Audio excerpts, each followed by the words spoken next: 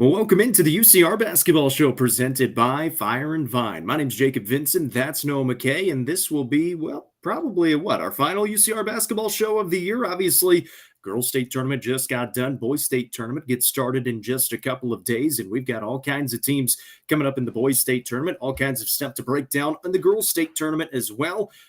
Noah, welcome in. We had a great week last week. Two teams make it to Saturday and play for championships, unable to come up with the gold ball, but still going home with the silver ball.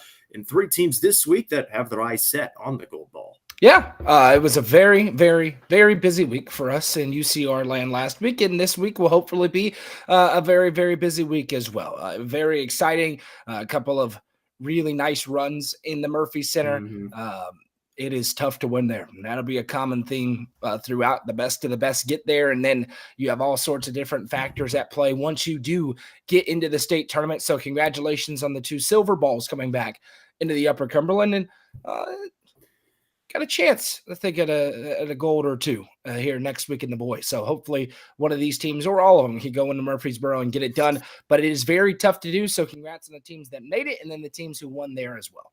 Once again, this is the UCR Basketball Show presented by Fire and Vine. That's Noah McKay. I'm Jacob Vincent.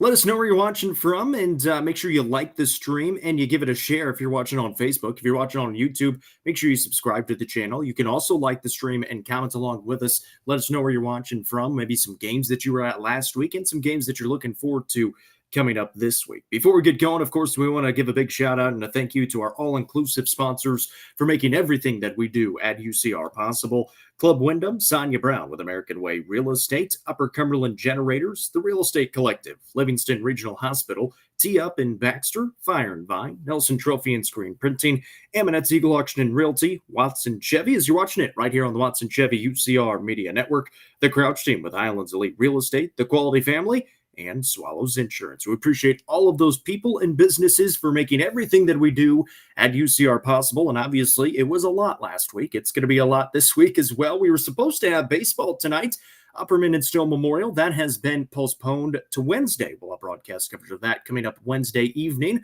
on top of some basketball games on Wednesday that we are very much looking forward to. Speaking of basketball, let's get into it and talk about some girls' state tournament action. We were there all week because we had two teams make it to Saturday, and it was a lot of fun. Let's start it off with a 1A bracket, Van Buren County Eaglettes. How about the run that they went on in the postseason, making it to the state championship game, leading that state championship game for the majority of the ball game, ultimately fell to Greenfield 49-46 in a heck of a contest. Really played three great basketball games, and a great showing for the Van Buren County Eaglettes. Yeah, listen, first off, we're going to take this one on the chin. We were way, way, way off when it came to our assessment or our thoughts about this Van Buren team.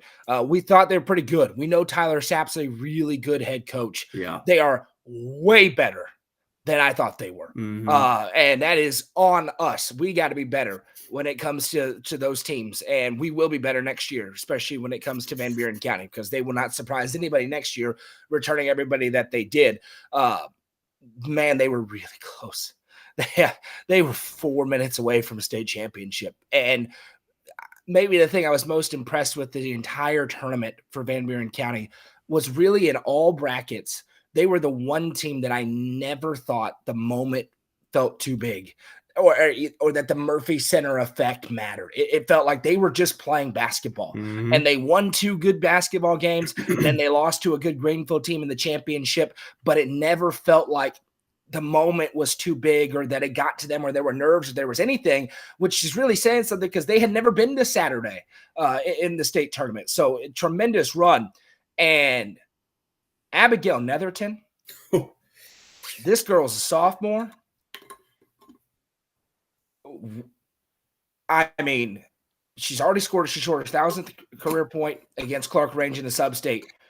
We were wrong on Van Buren just in Mississippi. Sorry. For all the talk about snubs on the Upper Cumberland team, she stands alone. I mean, she should have been. Throw Kara Mills in that conversation, too. Netherton should have been way up on it. Yeah. So we will own that one. Yeah. Apologies to her. But this team, what a run it was on. and congratulations to go from not winning your region to making the state championship game is a testament to that entire locker room, and they've got everybody coming back. So they'll be very hungry, and they will certainly be one of the favorites next year to try to get back to the Murphy Center. Abigail Netherton, we mentioned it. She should have been on our list for the UC top players this year. And a big reason why: 76 points in the state tournament, averaged 25 a ball game, including a 30-point game against Coalfield in the semifinals, where she also hit the game winner with 1.7 remaining in that ball game to send her team to the championship. Kara Mills had 3 double-doubles, 23 and 20 in game 1, 10 and 11 in game 2, and 17 and 13 in the championship game. Those two together are really, really good. Pair that with a really, really good head coach in Tyler Sapp, and I would not be surprised if the Eaglettes, who have already been to the state tournament 3 out of the last 4 years, make it 2 in a row next year. Yeah, no question. They've got the size element. That's what makes them different with Kara Mills inside, and she's a force to be reckoned with. They get a bucket score. They've got shooters around, and they've got a really good head coach. It is not easy.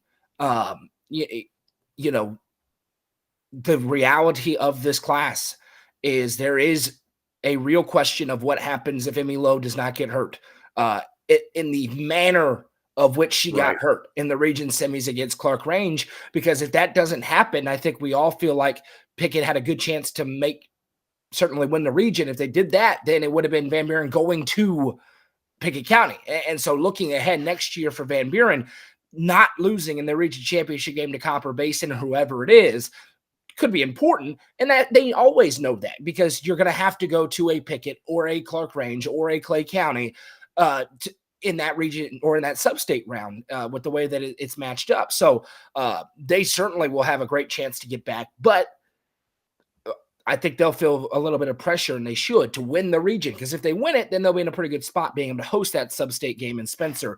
But we are going to be keeping close attention to them. I can guarantee you that next year. It was a pretty impressive run. They beat Coalfield. Coalfield beat Moore County in the quarterfinals. Moore County had played Van Buren County twice in the regular season and beat them by 20 points. Many people thought Moore County was going to win the whole thing. Yep. And another testament to Van Buren, when the bracket came out, people went, "Oh, we got the good draw. Van Buren's on our side." Psych. That was not the case at all. And by the way, give credit to Greenfield, because I don't think anybody thought it was going to be Greenfield Van Buren. Most people, some combination of Coalfield, Moore County, and then Richland out of the other half of the bracket. And Greenfield was able to run the gauntlet, and they played really, really well in that championship game, particularly in the fourth quarter when they ratcheted the pressure up. But we thought, man, they won on Wednesday, but Moore County already beat them twice, and they didn't have to play Moore County, and then they beat Coalfield in a really impressive victory. So Van Buren County makes their first ever state championship game. Not only did the girls basketball team make their first ever state championship game, that was the first time any team in Van Buren County High School history had made a state championship game. That is the words of Coach Tyler Sapp, so you can take that to him if it is wrong. But history nonetheless for the Eaglettes program, who finished at 28-7. And again, no seniors. They're bringing everybody back, including Abigail Netherton and Kara Mills, who are absolutely tremendous in that state tournament run. The York Institute Dragonettes are bringing back another silver ball for the second time in 4 years. They fell to Westview on Saturday, 44-38. Kind of a heartbreaking loss, I guess you would consider it. They were up 38-34 with 2:28 to go in the ball game. A 10-0 run to finish it out for Westview. Of course, there was a little bit of controversy in the end as Reese Beatty gets called for a foul, which there was no contact on. It was a good 3-point play that ultimately put Westview up 40-30, and they would not relinquish that lead. Yeah, so a couple of things. You can – it's the exact same thing we said 2 years ago. You can't get down – or 3 years ago. You can't get down big to Westview. And they got down big to Westview early. They were able to battle back. That pressure really ratcheted up. The foul call was bullcrap. That's as direct as I could say it. It was garbage. It was utter and complete garbage. You can go to his Twitter and see it. I mean, and the reality is, and we'll mention in the next one, I'm sure, there is nobody who can look you in the eye and say the best officials are officiating the state tournament. The current way that the officials get there does not lead to the best officials officiating the state tournament. And I think ultimately that's a travesty. I think when everybody in the gym can say that's not the best official from our respective area, which is what happens all the time in our line of work down there on the sidelines, we have a problem. That is a gigantic problem. And it leads to a minute and 37 seconds to go in a state championship game and the best player in the gym fouling out on a garbage call. That being said, to Michael Green's credit, he said they can't leave it in anybody else's hands. And the unfortunate thing for York is in the stretch since Reese Beatty has been back, that was certainly the worst 3-game stretch that they have played. And they still almost won a state championship. I don't regret at all how highly we spoke about York. I believe that still. That was a really, really good Westview team. And throughout this past couple of months, I've said over and over again, one of the three, McMinn, Central, Westview, or York, was going to win a state championship, and Westview did. They are very good, and York allowed it to be in somebody else's hands, and somebody unqualified's hands, made a big call that did not end the game, but took all the air out of their sails. So you can't sit here and say the refs cost York a state championship. You got to acknowledge. Anybody who doesn't acknowledge it as a terrible call is arguing in bad faith. But you also can't just sit back and say York was cost the state championship because they went in such a big hole. That being said, still 4 straight state tournaments. Still one of the best to ever do it. Reese Beatty in the Upper Cumberland. And 20 years from now, that will be her reputation as one of the best to ever do it. And as Coach Green said several times, he said, these girls are spoiled. The history of York Institute girls basketball has not been we're in the state tournament every single season. And that has been this past 4 years, every single year. And now this core of juniors who went 14-5 are going to have a humongous chip on their shoulder and try to get back to that state tournament and try to finish off some unfinished business. 4 straight trips to the state tournament, 2 trips to the championship game. They did it Reese's freshman year and lost to Westview that year. Made the semifinals and the quarterfinals the last couple of years, and then obviously back to the championship and fell to Westview this year. So 2 silver balls over the last 4 years for the Dragonettes as they finished with a record of 30-6. But of course, they graduate Reese Beatty, Addie McElhaney, and Emily Doss. So there's still a great core coming back, like Noah mentioned, of juniors led by Rayleigh Werner, Emma Cooper, and Emma Pyle. So they've got a great core coming back who won a lot of games earlier this year without Reese, and they're really going to be tested next year in that 2A classification to see if they can't make it 5 years in a row, making it back to the state tournament, which I don't think would be a surprise to anybody. No, it wouldn't. They proved how competitive they can be against really, really good teams. Be very curious to see how Coach Green makes his schedule next year, because it has been unbelievably difficult the past 2 years, and he may go with that once again, and I wouldn't blame him, but that will be something very interesting to watch, how they come up with that schedule, because it does feel like next year it's a critical one. That the window does not stay open forever. Now they've got a really good coach. They've got the coach of the year in the Upper Cumberland, so they're going to have a chance as long as Coach Green's on that bench to make some noise. But this core, it's go time next year in their senior year. But 2A was very talented, especially the top half. With those 3 teams, McMinn Central got beat in the first round, and then Westview and York, they danced, and it was a heck of a basketball game. And ultimately, just Westview was able to make a few more shots late. Got a few more people tuning in. Once again, this is the UCR Basketball Show presented by Fire and Vine. That's Noah. I'm Jacob. Make sure you let us know where you're watching from. You like the stream and give us a share if you're on Facebook. You can also like the stream on YouTube and leave us a comment. Make sure you subscribe to the channel if you're tuned in on YouTube tonight. The White County Warriorettes, they fell to Dyersburg in the 3A state quarterfinals, 52-42. It was the first appearance in the state tournament since 1997 for Sparta. And for Sparta, they had a chance to win the game. They were up 38-37 with 7:30 to play in the fourth quarter. But then Dyersburg started to go on a little bit of a run, took a 5-point lead with 4:25 to go, and never really got a little bit closer than that. Obviously, there was a technical foul given late in the game that was also controversial. But as Noah mentioned in the York game, can't leave it in anybody else's hands. That really, I don't even know what you say about that one. Coach Dodgen really can't do a whole lot about that one. I think so little of that official as a human being. Like, this is different than the other. Like, the Reese one to me is incompetence. Right. This one was malpractice. Yeah. This one was a coward.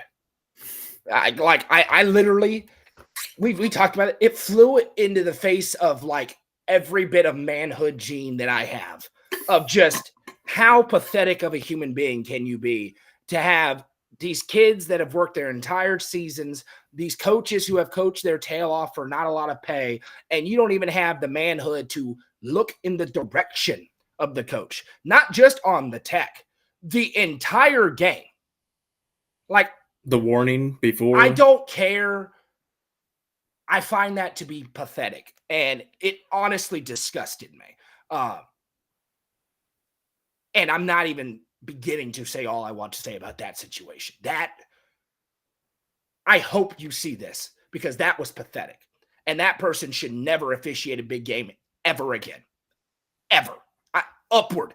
Do not officiate. Like, you cannot officiate a game if that is your disposition. Now, that being said, similarly, and maybe even more so than the York situation, I do not think that is why Sparta lost the ball game. Now, what Sparta did is Sparta earned the right to see if they could win a dogfight with Dyersburg, and that official took the right for them to find that out away. Yeah. Sparta did not shoot the ball well inside in this game. The percentage of gimme shots that didn't go that typically do was very high for Sparta. They played really well on the defensive end. Mm-hmm. And Joya Crawford and company do what they do. Shelby Jordan, they rise up and they hit tough shots, and Sparta answered. I thought Ava Jones was sensational in this game, especially early. They went down 5-0, and we looked at each other and went, whoa, this could be a problem. And then Ava Jones went 7 straight points, tough shot, tough shot, tough shot. And I thought she was great this entire postseason. She was great in this basketball game. So when that bracket came out, we knew the probability was Sparta Dyersburg. And it still is one of the best seasons in program history, right? Dodgen said nobody remembers that 1929 was the championship that they had. White County has such a storied tradition, though, through the 90s of making the state tournament. To get back there was no small feat. It's tough. And they ran the gauntlet through that district, through that region. Very impressive. And if the path is different, could they have won a game or two? Absolutely. But it's so tough to win there. And that does get me to my last part here, which is not the players did a tremendous job. The coaches did a tremendous job. And the vast majority of the fans were great. Mm-hmm. But the ones who were out here all year saying best team in the state, best team in the state, best team in the state, it's so freaking hard to win in the Murphy Center. And ultimately, there's only one team that gets to be the best team in the state. And this year, that's Heritage, because they got the gold. And they were really, really good. And they were really good. Don't be so busy worrying about the destination that you don't enjoy the ride. And I think some of our friends from Sparta, and I know they were hammering us for the rankings and all this stuff, and I get it, right? It's fine. Rankings don't matter, but all you want to do is chirp about it. I get it. Don't do a disservice to these kids by putting undue pressure on them, because what they just did was pretty darn impressive. To go toe-to-toe with the reigning state champions, to get into the state tournament, to have the season that they did, it's something they'll remember forever. Don't put undue pressure on them of, you got to win the state championship. You got to win the state championship. Even we don't say that. We say this team can win a state championship. And Sparta could have. It just didn't go their way this year. It's a great run for them, and that official should never officiate again. Michael Green, coach for York Institute, said it best after their first game against Memphis Business Academy, a game that they only won by 1 point, and a lot of us thought it probably shouldn't have been that close. He said, whatever happened before you got here to the Murphy Center doesn't matter. Yep. Because they had played Gatlinburg-Pittman. We were talking about the next game. They had played Gatlinburg-Pittman twice in the regular season. They were getting ready to play them in the semifinals. And he said, it doesn't matter what you did before you got here, because it is so hard to win in the state tournament. That's exactly why. Obviously, White County playing Dyersburg, who won the state championship last year, ultimately fell. Guess what? Dyersburg lost in that second round to Northview Academy in the semifinals. Northview Academy got beat by 20 points in the championship game. And it also is why we give so much deference and, yes, benefit of the doubt to the teams and coaches who have won these things Yeah. over and over and over again. Because, man, it is hard to do.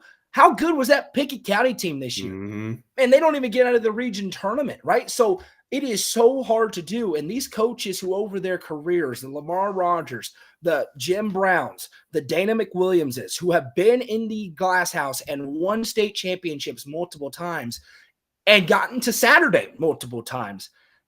Leslie Riddle, it is so impressive, right? And now Coach Dodge has been, I believe, 6 times in his career, right? Getting there is very tough. Now the next step for this Sparta team, bringing back all the juniors that they did, now it's going to be tough because their matchup nightmare was Ava Jones, right? So now these junior guards, it's go time for them. And they are going to be hungry to go and regain their crown in this district and get back into the state tournament, and then see if the draw is a little different, see if you get a little bit of a better call, and see if you could go win a state championship next year. Still a historic season for the White County Warriorettes. 31-4. They make the state tournament for the first time since 1997. Of course, they do graduate Ava Jones, Billings Sullivan, and Keely Mullins, so they're going to have to replace a lot of that production coming into next season. We'll get Ashlyn Selby back from injury as well, which will be really big for them. The Cookeville Lady Cavaliers had another great showing in the 4A state tournament, but they fell to Bartlett in the semifinals, 55-43. Beat Lincoln County in the quarterfinal game, 49-37 after trailing after the first quarter. And it's now 3 out of 4 years this Cookeville team has made the 4A semifinals, which is a tremendous feat no matter how you look at it. In this Bartlett game, trailed by as many as 16, cut it as close as 10, but just couldn't hit the shots. Only 24% from the field in the ball game. You look at the rest of the stat sheet in the game, they played some great basketball. Good defense, rebounded well against a very, very tall Bartlett team and a very athletic Bartlett team. Really played a good game, just couldn't quite hit enough shots to get it done. On paper, nightmare matchup for Cookeville. And what ended up happening was not because of what we expected, right? It wasn't that the height mismatch was a huge problem. There were times where that was a problem. Cookeville could hit the broadside of a barn in this game. And sometimes basketball is that simple. You just miss shots. And they missed a ton of shots inside. 3 balls that didn't go. Good looks, okay looks. Nothing went for them. Now, credit to them because they could have gotten blown out many times, and they were able to hang tough and keep it kind of on the peripheral being interesting. Bartlett's really good. The show after the game of them waving at the students aged like milk, as I told you it would. They lost by nearly 50 to Bradley Central. State record. They lost by 42. To Bradley Central, who the championship game in 4A was when they played Coffee County, and credit Coffee County for making it very interesting, but Bradley was just head to shoulders above everybody this year. And unfortunately, they will be next year, unless they lose somebody they're not anticipating losing, which in today's day and age, you never know who you're going to gain or lose. But a couple of things that really stood out to me for Cookeville, their 2 guards who were healthy. Obviously, Allie Gillis gave it a go, but she just was one-armed, essentially. Charlie Roby and Carolee Gilbert really stepped up big time. Carolee Gilbert in that first game and Charlie Roby, especially in that second game, both of them hit another level. And Charlie, after the game ended, she went, "We're winning next year." I love the swagger. And that they're going to have again, I thought kind of a garbage question. In one of the press conferences, somebody asked you, "Do people know who Cookeville is now?" And Jamie Gillis is like, yeah. That person was not from the area. No, it was not one of us who asked that question. They do. And now next year's going to be incredibly interesting. Losing Macy Hudson, right? The size that we've talked about. They lose Macy Hudson. They lose Callie Reeder. They lose Lily McCarter and Kendall McLeod. They bring a lot back, though. And some of these freshmen who didn't get to play a ton this year will be tasked with playing bigger minutes next year. And the district changes drastically again. They get thrown into another very weird district. It gets really difficult, too, with Lincoln County and Coffee County. But it also gets way more difficult for Lincoln County and Coffee County because now Cookeville comes into their district. So that's going to be very interesting to watch next year. It goes kind of from a 2-team race in their current district with Lebanon and them into a 3-team race with Lincoln County, Coffee County, and Cookeville. But yeah, to me, it was a great performance against Lincoln County and then just couldn't make anything against Bartlett. And sometimes that's the way it goes. And ultimately, though, being in the Final Four 3 out of 4 years, very impressive feat. I mentioned it. He said it. They graduate 4 seniors in Macy Hudson, Callie Reeder, Lily McCarter, and Kendall McLeod, but bring back, as same as these other 3 teams that we have talked about, bring back a ton of juniors and a core of this program. And for the Lady Cavaliers, after 2 years ago, we weren't quite sure what they were going to look like. Well, they had a good chance to make the state tournament, ultimately fell in the region semifinals, then make it back to the state tournament this year and make it to the state semifinals. You can't count this Cookeville team out anymore. Nope. Pickett County, news from Pickett County. Obviously, they didn't make the state tournament, but they're looking for a new head coach as Brent Smith is retiring. Won the state title last year. He won one as a player. He wins one as a coach with the Lady Bobcats last season. Had a lot of success at Pickett County, both as their AD, who was at RBS before that as the boys coach, and then was the boys coach for Pickett County for a little bit. In this Pickett County team, they only return 4 players next year on their roster, so they'll be looking for some players to come out and join the team as well as a head coach. This one was a stunner. We hear a lot of rumors and speculation, and some stuff's more reputable than others. This one came kind of out of nowhere. Great career, obviously. And this is a team that absolutely, despite only returning the 4 players, has a championship window that has not closed yet. And so it is number one, to be the girls basketball coach at Pickett County is always a enticing job because you're going to have the community support. You're going to have the resources that you need to win. You're going to have the commitment to do what you need to do to win. So we'll keep a close eye on this players in the state as well. Yeah, you got Zoe Nicholas. That tends to help a lot. And Addie Lowe and Emma Tompkins and Kylie Wood, they can all shoot. So, there is and Victoria Pryor is going to come into her own and get to play more, obviously, next year. So I would say, don't know if I don't know where this is going to end up with who gets this job. I know there's a couple of names that immediately got launched into. I'm not going to comment, but I have no clue. And I think we were a little bit surprised that Brent Smith retired, and I think we could end up being surprised at who replaces him. And so to me, if you're Pickett County right now, number one, you're looking for an AD. And 2, I think you have all your options on the table, and you're going to make people say no to you. And you're going to say, hey, we have Zoe Nicholas and all these resources and the community support. You got to tell me no. And so I'm calling everybody and start there. This should be an appetizing job for somebody to come in and try and take. So that's what we have on the girls basketball side. Big congratulations to Van Buren County, York Institute, White County, and Cookeville as well. Let's talk some boys basketball state tournament previews. Those get started on Wednesday. Once again, this is the UCR Basketball Show presented by Fire and Vine. You see their logo right up there above us.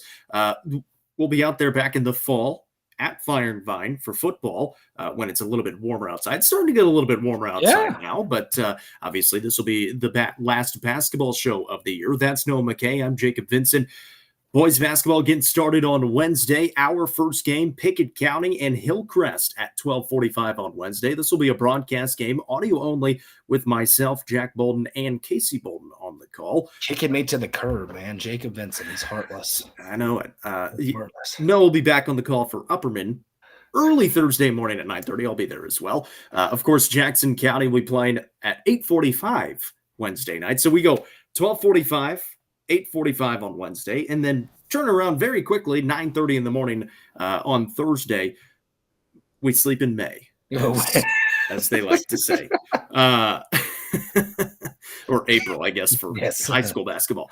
Let's talk about this Pickett County matchup taking on Hillcrest, a team out of Memphis who they are listed as 26-3 on TSSAA. They're listed as 23-6 on Max Prep, so it could just be switched. But it's a good Memphis team that they can score a lot of points, 71 points per game according to their Max Preps. I've got a couple of players averaging double figures, with one of them averaging 18 points per game. It is their first time to the Glass House ever for Pickett County. Obviously, they've been there before. They've won one before as well. First time since 2021 and 12th overall appearance. This is a Bobcats team. You start to look at this field, they've got a shot at winning a state title. They do. This is a game now we saw last week in Class 1A.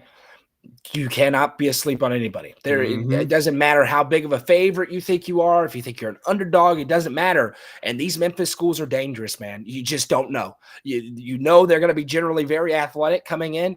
They're going to play with a huge chip on their shoulder. You give them a little life, and you could be in for a long day. So that's kind of the general approach you always have to have. Every year, a team out of Shelby County is making their first state tournament. It's all the time. And this year it happens to be Hillcrest. So for Pickett County, I think the key for them throughout, and really this is the key for all three of our teams, they got to play their game, right? The Murphy Center effect and all that's talked about. We see it. We see teams. And really what that is to me is teams who get away from doing what they do and panic a little bit on a big stage. It's not open air gym. Murphy Center, you can get red hot shooting in that gym. It's rushing things. It's not defending the level you're supposed to. It's getting caught up in all the external stuff that happens in an arena. Just it feels more amplified instead of it's 94 feet wide or long and you're playing basketball. And the teams that settle in, right? I thought Van Buren County girls did that last week better than anybody. They just went out there and played. Now your talent's going to shine through. I don't think the York girls did a great job of handling that. Michael Green said as much, and they almost got beaten the first round by a team they were way better than. So if for Pickett County, you go in there and Jacob Amonette does what Jacob Amonette does. You make big shots around. You play defense the level you play defense. You get a chance to win a state championship. I think to me, the teams that win outside of a Bradley Central who can play bad and beat everybody is the team that just settles in and plays basketball the quickest and the most effective. And if Pickett County does that, they certainly are talented enough to be the team that wins this thing. Obviously, they've got a Mr. Basketball finalist. Jacob Amonette, he's having a great season, 21 points per game, 6 assists per game, and 4 rebounds while shooting 41% from 3 and 88% at the foul line. Goose will be out at the Mr. Basketball and Miss Basketball finalist show tomorrow and find out who the winners are. Of course, it is Jacob in the 1A classification and then Cade and Ty in the 3A classification. We'll have a chance to win that coming up tomorrow, and I believe that's a 5:30 start time. So we'll be able to find out who is Mr. Basketball in 1A and 3A, and if anybody from the Upper Cumberland is going to be taking home that title. But for Pickett County, obviously, they get this game against Hillcrest. If they win, they would move on and play Friday morning at 11 against the winner of Harriman and Wayne County, which are two pretty good basketball teams. But again, looking at this bottom half of the bracket, to my eyes, obviously they're all very good, but to my eyes, Pickett County might be the favorite to come out of this bottom side. The team I look at is Harriman. They're a team that last year felt like they could compete at the highest level alongside Chat Prep and got upset. And they have a gigantic chip on their shoulder. So while I agree that it is not a snap draw for Pickett County, I view this as there's not a clear favorite on the bottom. I would be surprised. And maybe this is, and it probably is my ignorance just on Hillcrest basketball, period. They're the one team I'd be surprised if they're playing on Saturday for a state championship. The other three, it really wouldn't surprise me. Harriman's got a stud. Wayne County, there's a lot of tradition there. So, but I see Pickett County and think, yeah, they got a chance to go and do something here. So, it's open. And that's all you can ask for. Right. And now you got to go and play. And so I think Pickett County has an opportunity to go and play. They don't have to play above themselves. Sometimes teams have to play above themselves to have a chance. This is not Pickett County. And I think that gets to your point of they play the level we've seen them play at, but there's been blips, right? You play like you did against Gordonsville the last week of the regular season, you're going home. Right. You play like you play against Clay County in the region championship game. You're going home. But if you play the way we've seen them play at other times, they get a chance to make significant noise. Obviously, we saw how important that region championship win was as well. Clay County went on the road at Chat Prep and got beat pretty badly down there, as a lot of people have done for the last couple of years, Pickett County included in there.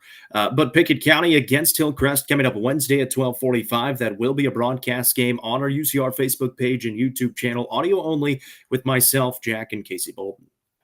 Chat Prep is the favorite in this field. Yeah, correct. We went through this whole thing and didn't. Chat Prep is the favorite in this field. And it may be their last year as a school. So that's yeah. There was a pretty big story about they're that. going through Just it go ahead down and look there. up Chat Prep on The Google. least surprising thing you've ever seen in your entire the least surprising thing is that it's not in Shelby County. This is a joke.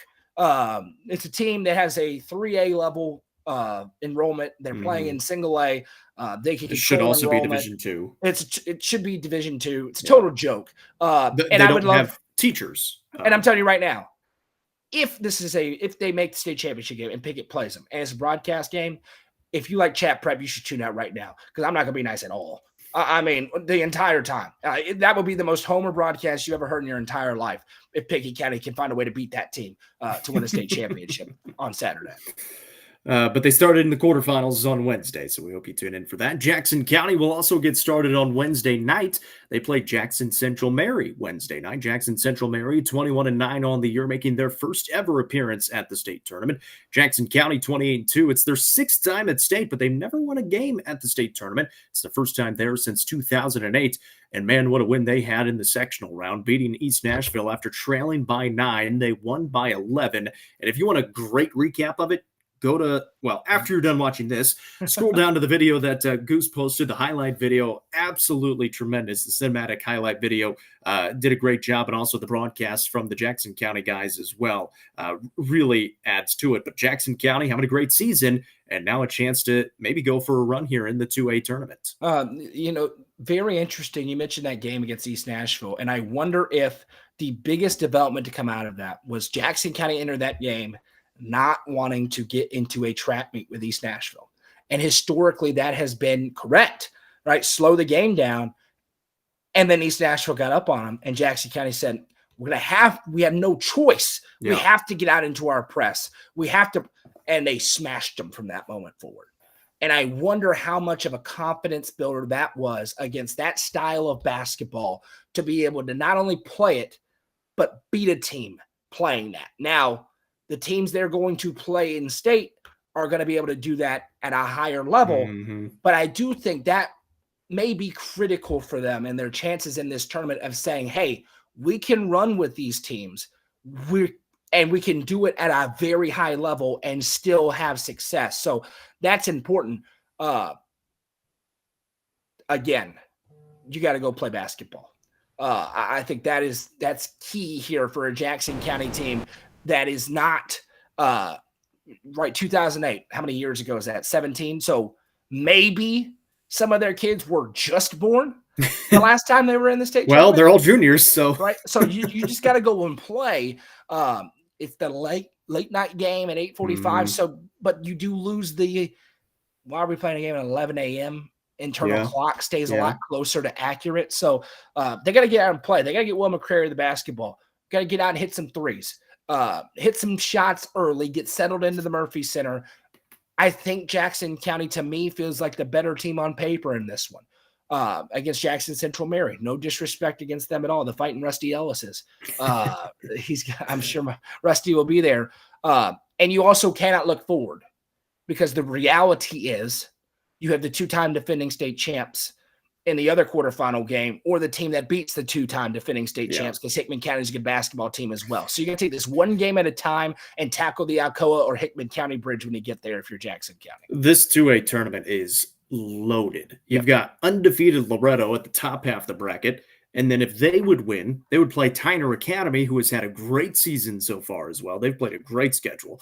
Obviously, Jackson County's had a great season, and then you mentioned Alcoa in that other quarterfinal. And obviously, if any of those four teams lose, then it's the team that beat them in the quarterfinals to make the semifinals.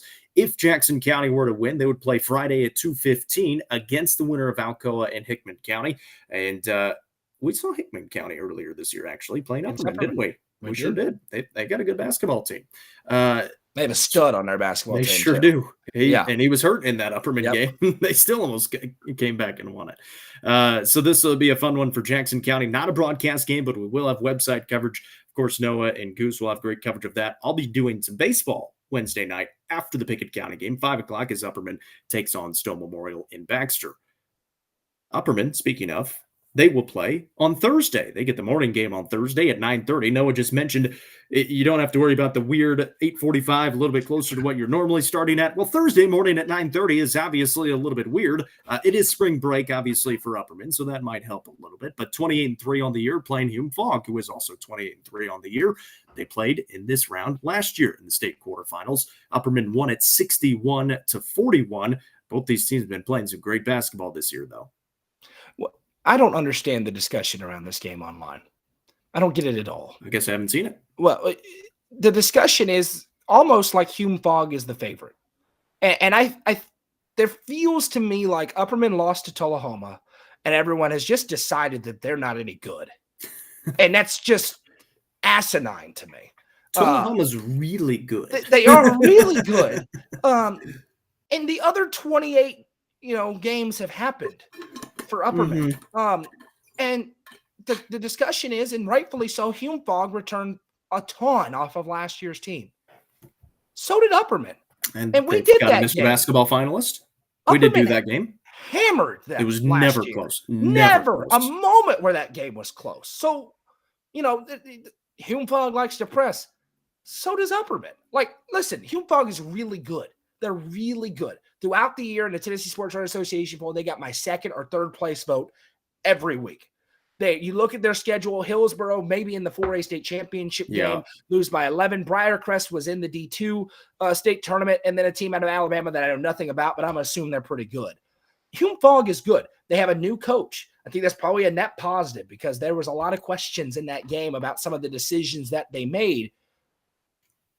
Ty Cobb's going to play in this basketball game, though. And he's really good. Like, really good. Really, really good. Might be the best player in the class. Yeah, you could take away the qualifier on that one. I'm like, we're going to see Trey Thompson, and he's 6'8", and he can get above the rim, and he can post around. Don't jump. Ty Cobb is sensational. And Bronson Chaffin's really good. And Colton Johnson's a big bruiser inside. And Jack Torrance and Evan Huddleston can hit shots. And Branson Turnbull off the bench is a lockdown defender. And Landon Hall's a big old boy coming off the bench that's really long and talented. And like, I got a feeling this week some people are going to learn to put some respect on Upperman's name. And one thing that was interesting to see, I was getting into my prep for this game. I went back to their loss against Fulton last year. And one thing Bobby McWilliams said after that game, he said, the last quote in the story, "It's not our time yet." Upperman's in the bracket. We'll see if it's their time yet, but it very well may be. And it starts with Hume Fogg, the Blue Knights, who have the best logo, and who I think are a really good team. Yeah. But let's not forget what happened. These two teams got together. And the reason Upperman hammered them, threefold. Upperman, Ty Cobb went crazy. Bronston Chaffin dominated inside. And Bobby McWilliams was on that sideline. All three of those things still apply for Upperman this year. So I love to read what everybody is saying, and I just find myself thinking, what are we talking about here with just disrespect to this Upperman team that they are the consensus number one ranked team in the state and have been the entire season. Maybe they lose on Thursday. It's a state tournament. We talked about how hard it is, but maybe we should relax on they're not any good talk, because that seems a little crazy to me. Should be a fun game. Mentioned it. 61-41 last year. Upperman beat Heritage in the sectional round 51-33. And another game that Ty Cobb dominated. Hume Fogg beat Lexington in their sectional round 57-38. We mentioned the losses for Hume Fogg on the season. Upperman with a loss to South Gwinnett out of Georgia. Stewart's Creek and Tullahoma this year. And obviously, Hume Fogg hasn't lost for quite some time. Upperman last loss in that region championship game to Tullahoma, who is on the other side of the bracket in this 3A state tournament. And one thing you got to tip your hat to with Hume Fogg is they recognized what I think they didn't recognize last year, which is your district's not very good. What MLK, no disrespect to them at all, is not the caliber of competition that a Stowe Memorial is in Upperman's district. And they struggled with the athleticism of Upperman a little bit last year. And they went out and challenged themselves way more this year. Hillsboro, as you mentioned, Briarcrest, right? And Upperman, they had Stowe Memorial. That South Gwinnett team is nasty that they played down there in Florida in a full-on football game. Really, all the teams that they played in Florida were really good. That is, I think, the thing that intrigues you about Hume Fogg. They have huge size. That they had that last year. The question is the skill against that pressure that Upperman's going to apply with Cobb and Torrance and the speed of Huddleston jumping into passing lanes. But credit to Hume Fogg for seeing what kind of hampered them a little bit at the end of last year and trying to address it. I think this game is going to be a lot better of a game than it was a year ago. My reason for my rant is let's slow the roll on the whole flipping who the favorite is in this game. But, Michael Nwoye, that is a talented jump above the rim guy. He got into foul trouble last year. That's going to matter throughout this tournament, how the game is officiated, right? We've seen it go both ways for Upperman here recently. It was really tight at Heritage. It was really loose against Tullahoma. Hume Fogg would probably like it to be a little bit of a looser whistle. Upperman's okay with that, but a tighter whistle would certainly benefit them because they can kind of play the finesse style if they have to. If they win, that'd be Upperman. Whoever wins will play Friday at 4 against the winner of Greenville and Munford. And obviously, you mentioned it, Trey Thompson, he's the other Mr. Basketball finalist. Cade Cap's the other one from Stone Memorial. So you could have two Mr. Basketball finalists squaring off against each other in the 3A semifinals coming up Friday, which would be a lot of fun. This is a really good bracket. Greenville's very talented. Don't get caught up in the overall record. Since they've gotten all their team back in there, right? They've been really, really good. You talk about that bottom half of the bracket with Jackson Southside, Fayette Ware, that other team I mentioned. Hume Fogg's been second or third on my obviously Tullahoma's really good too. Tullahoma really good. This is a very good and Fulton's still there. And is it the same Fulton team? No, it is not the juggernaut that we've seen in years past. But there is something to be said for the experience factor in the Murphy Center. So you don't feel comfortable lining up against Fulton in a state tournament. I know that's for dang sure. So this is a very good bracket. I think when you look 1 through 8, this probably has the most competitive games, at least in the first round on the board in the 3A bracket. Upperman taking on Hume Fogg Thursday morning at 9:30. It will be a broadcast game, audio only, on the main UCR Facebook page and YouTube channel. Noah and myself will have the call of that one Thursday morning. So this is what's coming up this week. Again, Pickett County gets us started on Wednesday at 12:45. We'll have broadcast coverage of that. Myself, Casey Bolden, and Jack Bolden on the call. Audio-only broadcast. It'll also have website coverage with Noah and Goose on camera and video coming up afterwards, as well as the game story. Jackson County takes on Jackson Central Mary Wednesday night at 8:45. That'll be website coverage only with Goose and Noah. I'll be doing some baseball for Upperman taking on Stone at 5 o'clock. And then Upperman and Hume Fogg Thursday morning at 9:30. Myself and Noah McKay on the call of that one. And then obviously, if Pickett County and Upperman win, we'll have broadcast coverage throughout the tournament. Friday could be a lot of fun if all three teams win. Would be at 11, 2:15, and 4 o'clock, back-to-back, 2:15 and 4 o'clock.